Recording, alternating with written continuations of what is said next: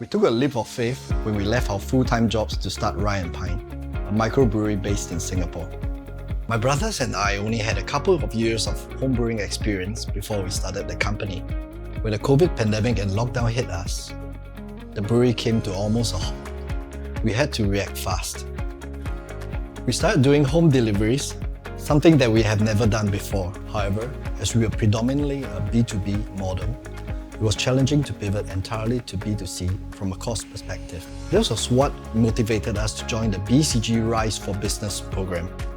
As an SME, we are conscious of the need to always upgrade and stay relevant with the rapid changes in the market. For us, we decided to upskill ourselves by joining the Omni-Channel Sales and Marketing course, along with the Data Analytics for Business course in the Rise for Business program. As prospective participants to the Rise program, the course might seem slightly daunting because of the time commitment. Most of us are busy individuals, and having to sit through 4-hour lessons that run twice a week during office hours while juggling work in the company requires some effort. However, as we were able to incorporate our company's real-life problems in the course and learn applicable lessons from it, the time we had to spend away from work was used productively to solve our own business problems.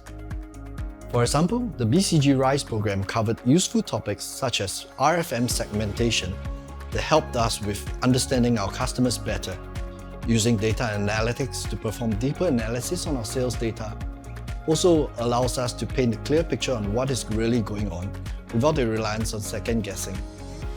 Through these learnings from the Rise for Business program, we expect a 20% increase in sales within a year and aim to reduce customer churn by 25%.